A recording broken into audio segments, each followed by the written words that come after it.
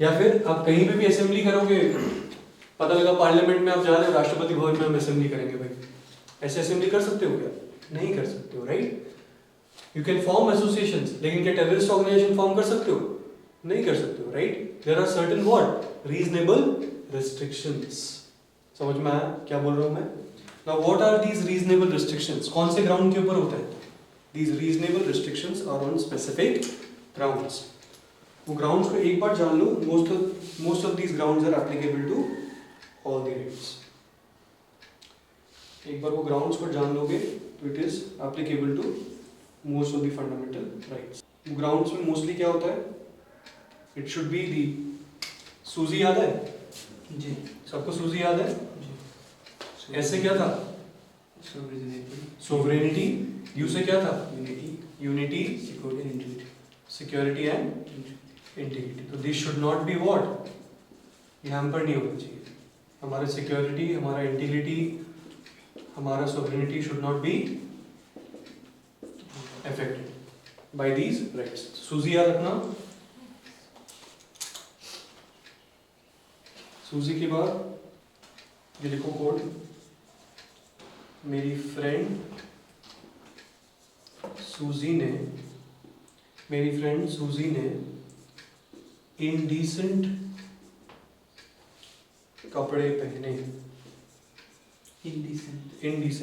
Indecent कपड़े पहने तो पब्लिक ने धमकी दी। पब्लिक ने क्या दी? धमकी दी कि कोट पहन लो, नहीं तो बदनाम कर देंगे,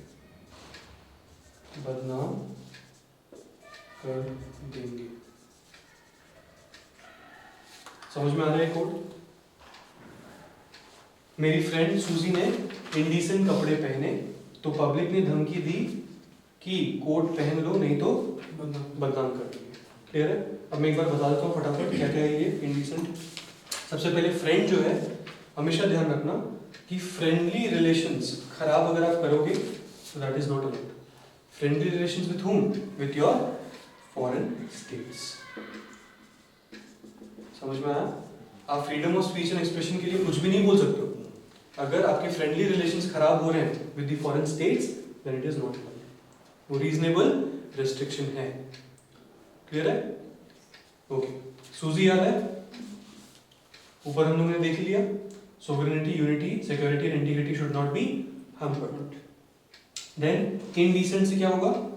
इनडिसेंट से आएगा हमारा डिसेंसी एंड मोरालिटी। डिसेंसी और मोरालिटी मतलब आप कुछ भी बोलोगे तो it should be moral, it should not be indecent, it should not be immoral. समझ में आया? ओके। देन पब्लिक से क्या जाएगा? Public order. Public order should not B disturbed. Public से क्या आएगा? Public order. कोर्ट से क्या आएगा? कोर्ट से contempt of court. Contempt of court. समझ में आ रहा है? कंटेम्प्ट ऑफ कोर्ट अभी हुआ था Prashant Bhushan. If you remember, Prashant Bhushan वाला जो केस था, कोर्ट के अगेंस्ट आप कुछ भी नहीं बोल सकते हो, उनकी वर्किंग के अगेंस्ट कुछ नहीं बोल सकते हो। Contempt of court. देन धमकी जो है ना, धमकी is nothing but incitement of violence. आप किसी को धमकी देते हो ना, काम कर नहीं तो बहुत मारूंगा। Incitement of what? Violence. Incitement to violence. Incitement to violence नहीं हो सकता है। एंड लास्टली बदनाम से क्या होगा? बदनाम का मतलब होता है डिफेमेशन। डिफेमेशन जैसे अरविंद केजरीवाल और अरुण जेटली का केस था डिफेमेशन का, ठीक है? बदनाम नहीं कर सकते किसी को जबरदस्ती। It is called as what? Reasonable restriction. समझ में आया? These reasonable restrictions are also applicable to this right to assembly, right to form association, move freely and so on. इनके लिए भी applicable है, but partly, not entirely. ठीक है, जब आप चैप्टर पढ़ोगे तो दिखेगा कि अच्छा इसमें से कुछ इसके लिए भी एप्लीकेबल है, इसमें से कुछ इसके लिए भी एप्लीकेबल है, so clear. I have told this quote for what, right to speech and expression, but these reasonable restrictions are also applicable to some of the नीचे वाले राइट्स। क्लियर है, समझ में आ रहा है? नेक्स्ट अगर हम बात करें 6 फ्रीडम्स की, हमने बात कर ली। Next we'll talk about 4 clear protections. किसकी बात करेंगे? 4 क्लियर प्रोटेक्शंस। 4 clear protections. तो ये ध्यान रखना, हमारे जो प्रोटेक्शंस हैं कौन से हैं? हम लोगों ने आर्टिकल 19 तक कर दिया था, राइट? फिर अब आता है कौन सा? आर्टिकल 20, फिर आर्टिकल 21, फिर आता है आर्टिकल 22, आर्टिकल 20। ठीक है, तो आर्टिकल 20 जो है वो क्या बोलता है? Protection in respect of conviction, in respect of what?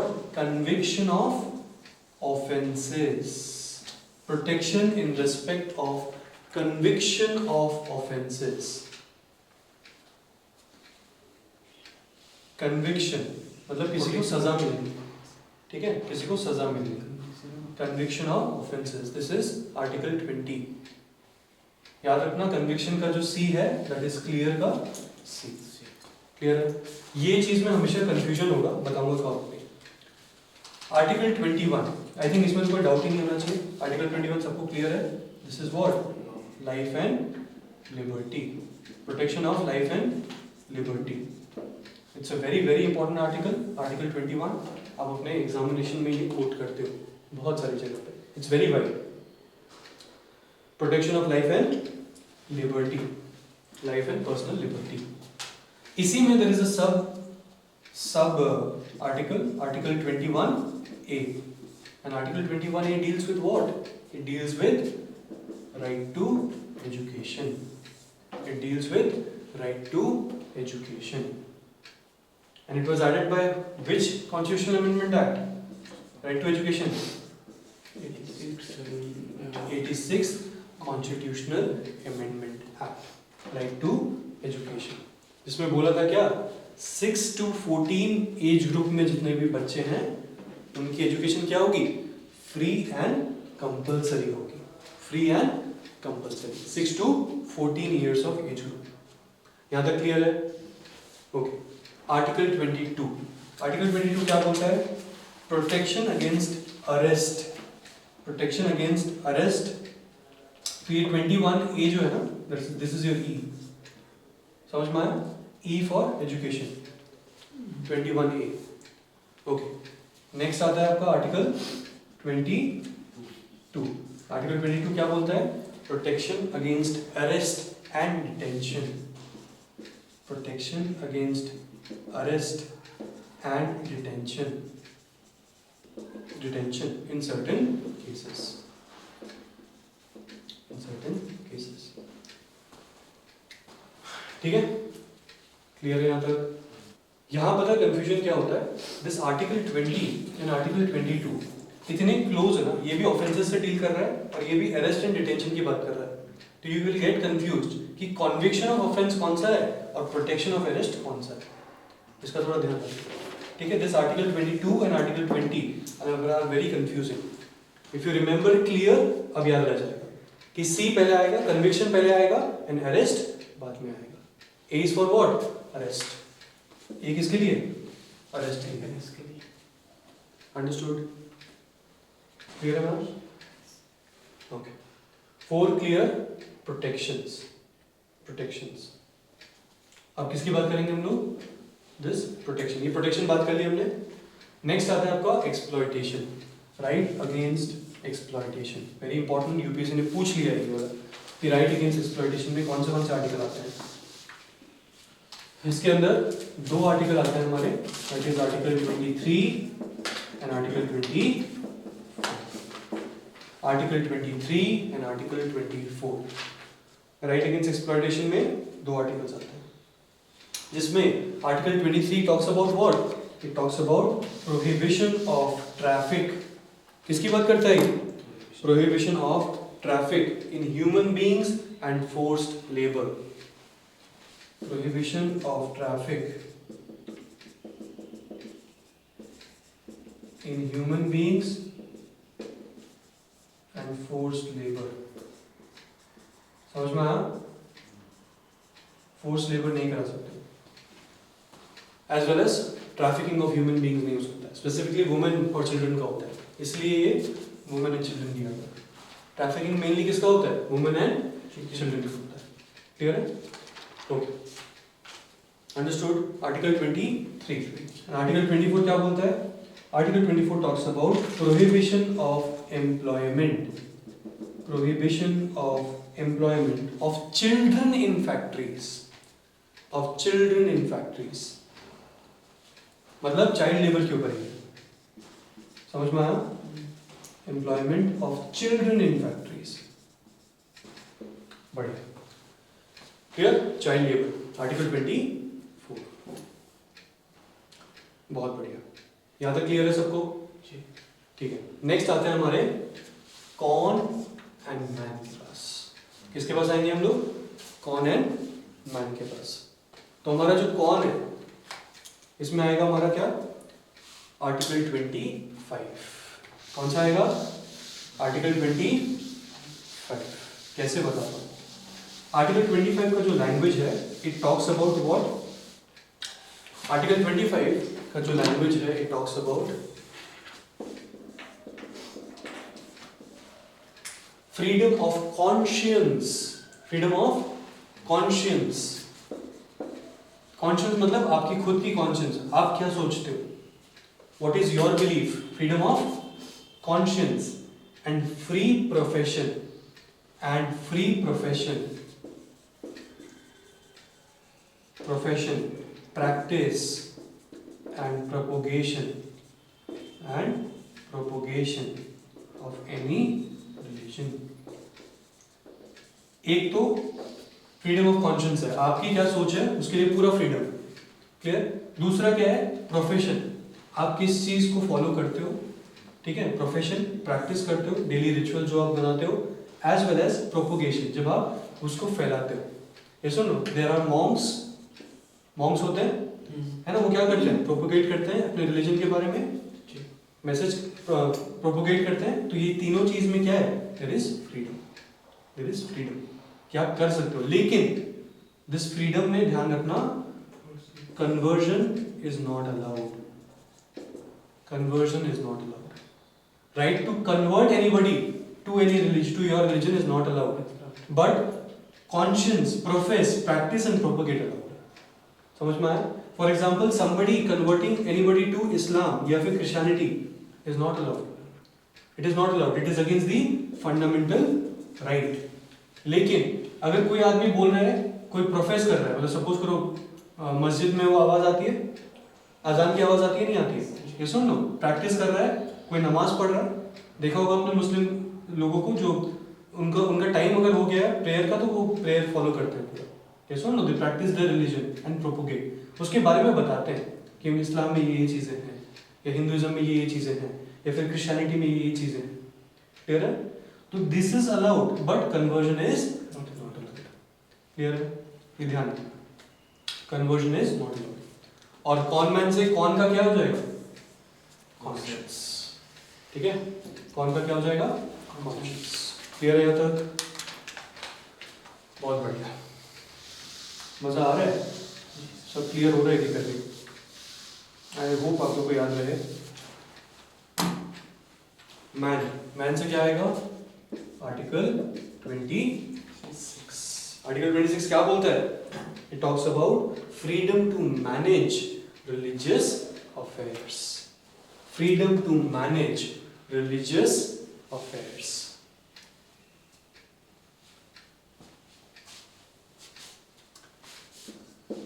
freedom to manage religious affairs. आया समझ में? मैन से क्या आएगा? मैनेज. क्लियर है यहाँ तक? नेक्स्ट है अपना tax attendance, that is article 27। Article 27 क्या बोलता है? आर्टिकल 27 बोलता है freedom as to payment of taxes, freedom as to payment of taxes for promotion of any particular religion. Freedom as to payment of taxes, payment of taxes for promotion of any particular religion.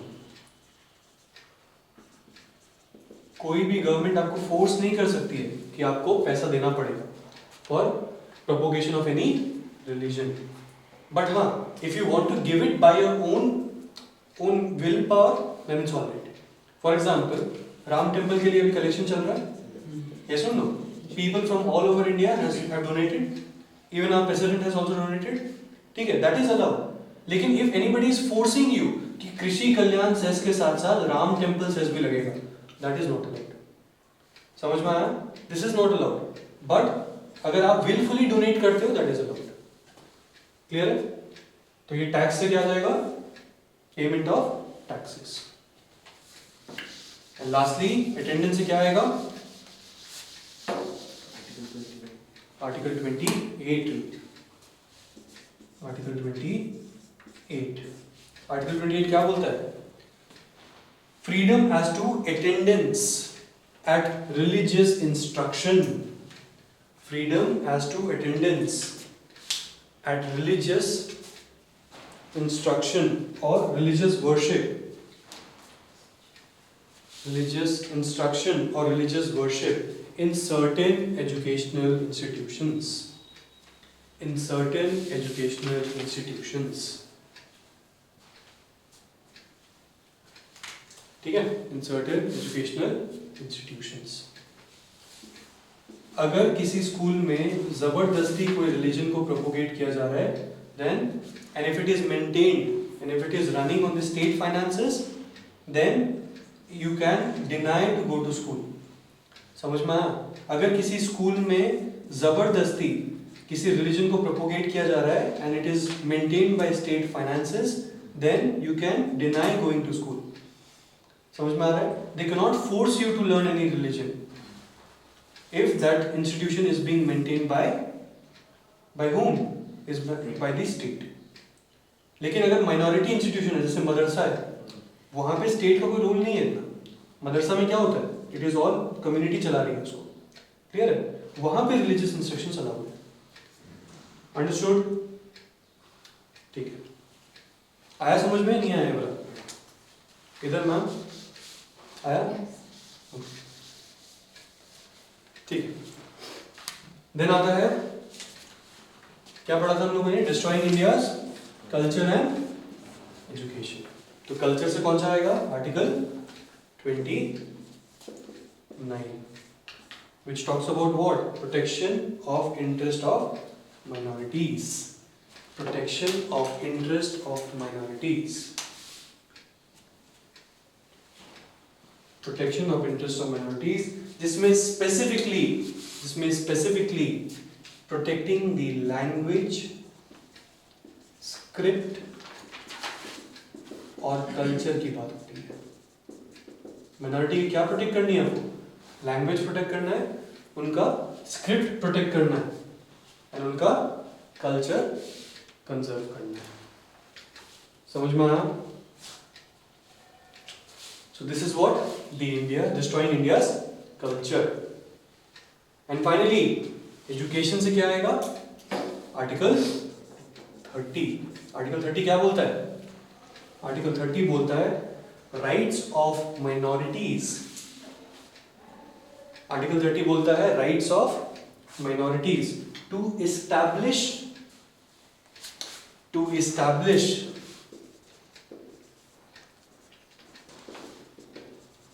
and administer educational institutions. To establish and administer educational institutions. ठीक है? बहुत बढ़िया, समझ में आया? Education के लिए क्या था? To establish and administer educational institutions. अगर माइनॉरिटी चाहे तो वही काम कर सकती है, ठीक है? यहाँ तक क्लियर है? Okay, now you guys tell me, article 31 is it still a fundamental right या उसको हटा दिया गया था? आर्टिकल 31 जो है, it is no more a fundamental right, but it has become what? Legal right. Article 31 क्या था? Article 31 was right to property. क्या था? Right to property, which has been abolished from being what? A fundamental right. अभी fundamental right नहीं रहा है, अभी क्या रह गया ये? It has only become what? A legal right. क्या बन गया ये? Legal right under article 300A. ऐसा कुछ है। And then finally we have, कौन सेव करेगा हमें? इस एक्सप्लॉयटेशन से कौन सेव करेगा? Supreme Court. तो ये हो गया article 32, that means remedies to fundamental rights. अगर कभी भी फंडामेंटल राइट मेरे वायलेट हो रहे हैं तो मैं कौन सा आर्टिकल अपहोल्ड करूंगा? That is remedies for enforcement of fundamental rights, जिसमें क्या है हमारे?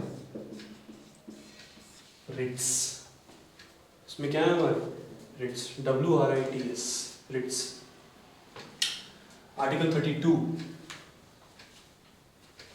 Clear? Remedies for enforcement of remedies for enforcement of rights conferred by this part. Remedies for enforcement of rights conferred by this part. Part मतलब कौन सा? Part 3, that is the fundamental rights. Clear है यहाँ तक? तो these are the major fundamental rights. इसके बाद और भी हैं, that is article 33, 34 and 35. इनको हम लोग next video में देखते हैं। 34, 35 as well as certain fundamental rights are outside part 3, वो भी देखेंगे, as well as writs को थोड़ा सा समझेंगे। Clear?